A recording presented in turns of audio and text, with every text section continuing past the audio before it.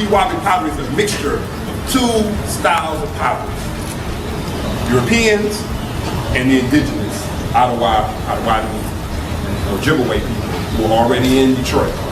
The mixture of those two styles is Pewabi pottery. Stand next to Jamal. Now, what is this picture? Native Americans here, indigenous people. The white folks. This white woman and her two kids. That's Lady Marie Calise de Cadillac. Her arrival less than a year after her husband founded Fort Pontchartrain du Detroit. So she comes months after him and lives inside the fort. Marie Calise de Cadillac. Remember, I said they were trading with the French, and they were coming to bring some furs, and one of the Frenchmen's dogs attacked one of the Ojibwe. Attacked one of the warriors who were coming in to trade. One of the Frenchmen's, their dog bit him, and he kicked the dog. I mean, that's what the dog like. Kicked the dog, and the French soldier killed the Ojibwe warrior, kicking the dog. Of course, that started a war between the Ojibwe and the French. They killed dozens of Ojibwe because of this. That was the French and Indian? No, this is just there were numerous breakouts that we don't call wars today. That's really what they were between the, so, because in a trade relationship, it's always, the Europeans were always trying to get over. So sometimes the Native Americans would get mad. You may have heard of Pontiac's Rebellion. That was one of those time periods when the indigenous people like, we going all in. And they killed a whole bunch of Europeans, but they lost. Pontiac was not able to defeat the British, in that case, the British. He wasn't able to defeat them. But he killed a bunch of them. But then not enough. Not enough, right. And of course, he ended up being killed himself by a Fox tribesman. They got him drunk and then killed him outside a saloon. Killed February this year.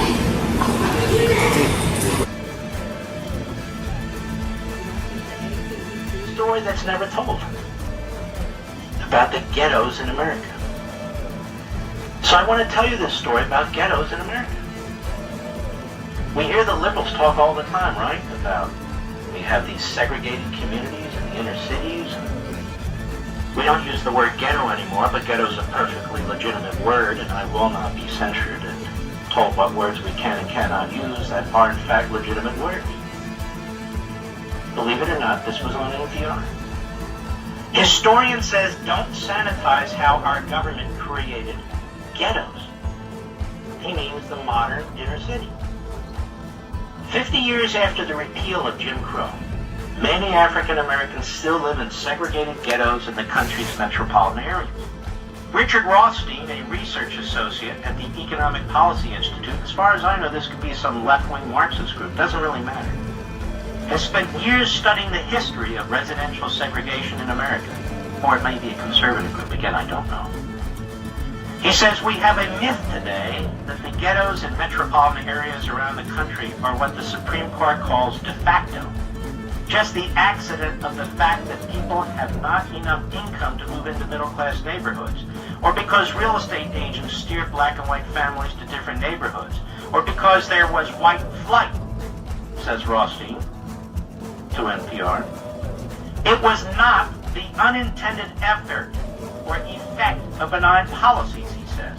It was an explicit, racially purposeful policy that was pursued at all levels of government. And that's the reason we have these ghettos today, and we are reaping the fruits of those policies, unquote. So let's stop right here. His hypothesis, actually his assertion, based on his years and years of study, is that the government created the modern ghetto. Well, that caught my attention. Does it have your attention? Let's continue. One of the ways in which we forget our history is by sanitizing our language and pretending that these problems don't exist. We've always recognized that there were ghettos. The ghetto is, as he defines it, a neighborhood which is homogeneous and from which there are serious barriers to exit. That's the technical definition of a ghetto. Robert Weaver, the first African-American member of the cabinet appointed by President Johnson as his Secretary of Housing and Urban Development, HUD, described many of the policies that this fellow describes today in a book he published in 1948 called The Negro Ghetto. The Kerner Commission referred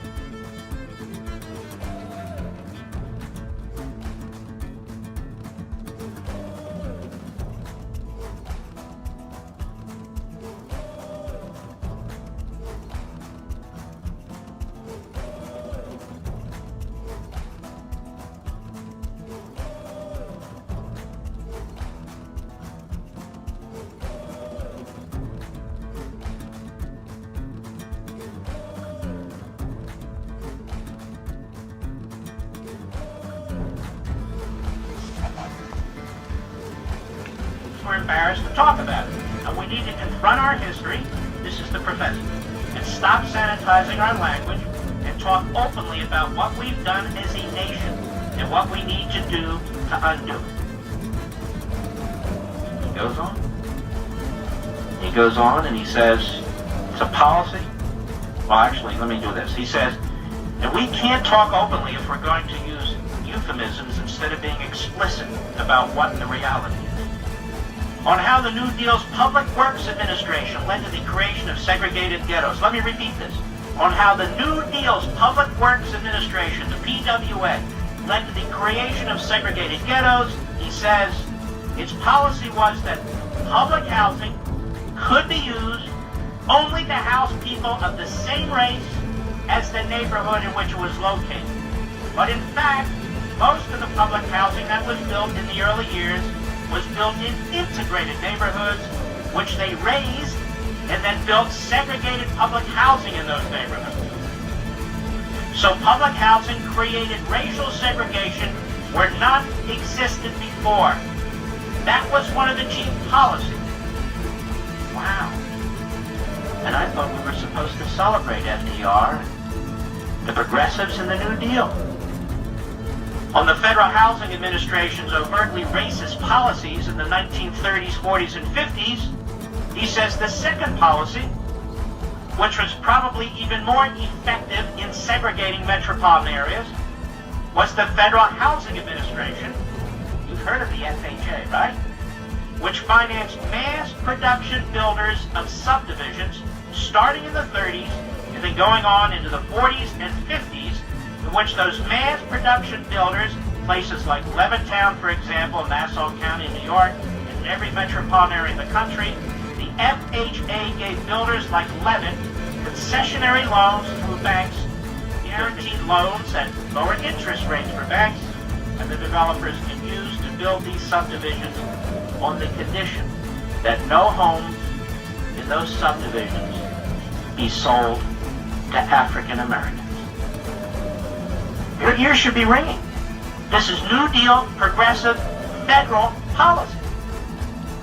In the ghettos, government policy, municipal policy, for example, denied adequate services, garbage wasn't collected frequently, African Americans were crowded into neighborhoods in the ghetto because so much other housing was closed to them as a result.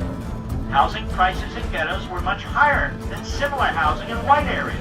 Rents were much higher than similar housing in white areas because you had a smaller supply. It's the basic laws of supply and demand. So this created slum conditions.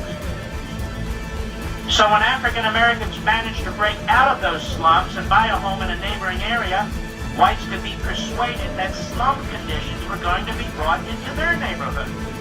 So the real estate agents at the time would go into these neighborhoods and try to panic white families into selling their homes cheap to the real estate agents. And they in turn would flip these homes to African Americans at a higher price. This was all started in the 30s under FDR and the New Deal. This was all started for the purpose of taking integrated inner city neighborhoods and creating segregation through federal spending and federal policies, federal bureaucracies, and federal departments. This is the first I heard of this, and I read a hell of a lot and I study a hell of a lot. Is it the first you've heard of this? No, this story is a week old. Has anybody else even discussed it? Has this been on television anywhere, on any cable program? You see, ladies and gentlemen, as we discuss often on this program, you and I, so much about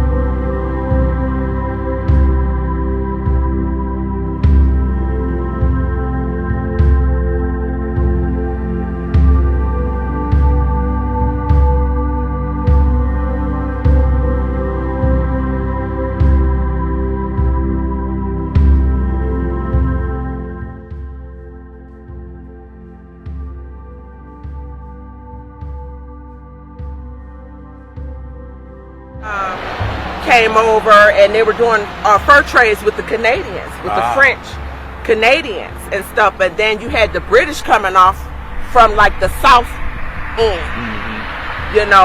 invading. But we were already here. Oh yeah. I mean, we had the Berbers, the merchants, the traders here. We were already conducting business. As we track and trace the ancient mounds that we be researching, they were here. These roads were here. They were just dirt roads. That's right. In the streets, Seneca. That's right. All of these ancient indigenous American names. Yes. Okay, is for real Indian tribes. That's right. That were here. And we are the indigenous. When Grandma and them used to say, "Oh, it's where you get that pretty hair from?" Oh, we got Indian in our family. From the fruit, inside joke. Fruits and berry. That was an inside joke. But then when you really do your research and go back, we were the Indians. So we are the Indians. We're the only group and race and culture of people that names and changed from mulatto, African American, Afro American, Afro Latino. I mean, you do your research. Switching it around to confuse you. That's what they want to confuse us. And take us from the land. So if you can't associate a people with the land, it's up for claims. So easy for them to take. Even for them to take. So we have to get back to our indigenous roots and do more research. And do more research. And it all comes back to you. It will. The copper-colored people. That's right. Okay, like they were called because that's what they were. And that's what we are. Not the $5 Indians that they gave that status to, but the copper-colored people. True story. Okay? True story. Facts. And we were already here. Already here. How you think the Europeans came over here? Wherever we go, they gonna follow. They go. And we're everywhere because we're a scattered people. Right. We're indigenous to all lands. That's right. So we were right here. So do your research on the French and Indian War. That's right. Also the War of 1812. That's right. And the Treaty of Paris. That's when the British, Spain, and France, crowns took over. And then it makes you question, what land are we on now? Under who crown? What crown? Whose crown? Things to make you go, Yeah, we got some history, some deep history. Yes. But as Paul said, follow the wheels. That's right. And it shall reveal.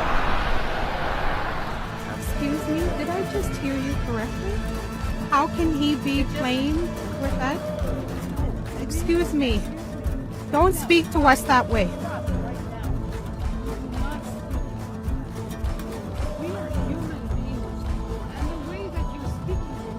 It's not acceptable. No, stop it. Stop it right now. Step out. Step out. Then I don't want to hear from you. You don't speak to us like that. And this is the problem, the way you communicate.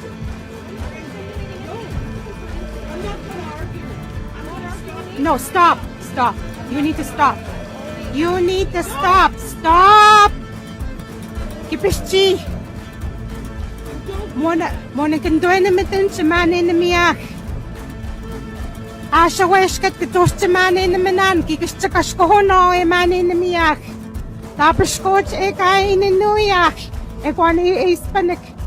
E kwan magamosha ko may tastago siyak. Tapos coach e kikis chakakipat siyak. You're a guest here. And you don't even know how to speak to us. You don't even recognize the tone in your voice and your delivery. And no, you're done. You're done. Next question.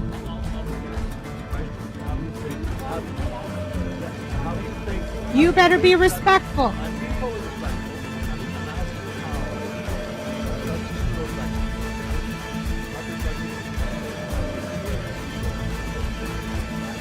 We have a holistic genocide happening here.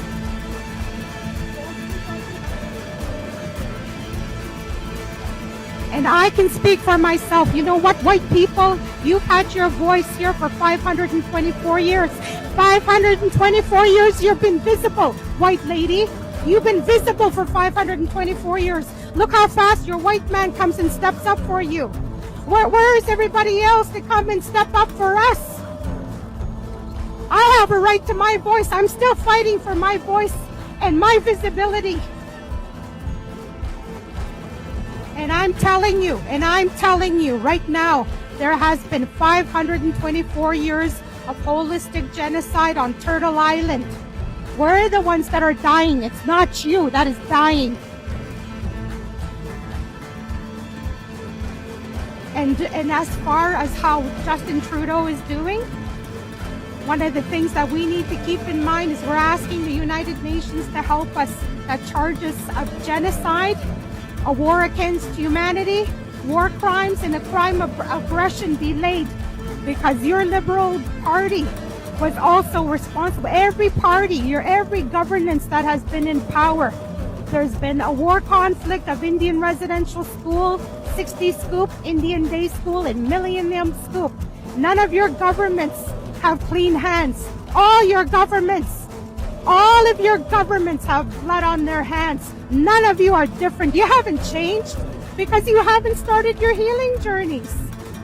The moment that we have our voice and our backbone, you want to shut us down. And you think you're privileged to disrespect us. The moment we tell you, because of your colonial mindset and your colonial way of being, your white privilege, your white fragility, you can't take our truth. Look how many people came to bat for you, white lady, and you're a guest here. Without us, you'd be homeless. This is over.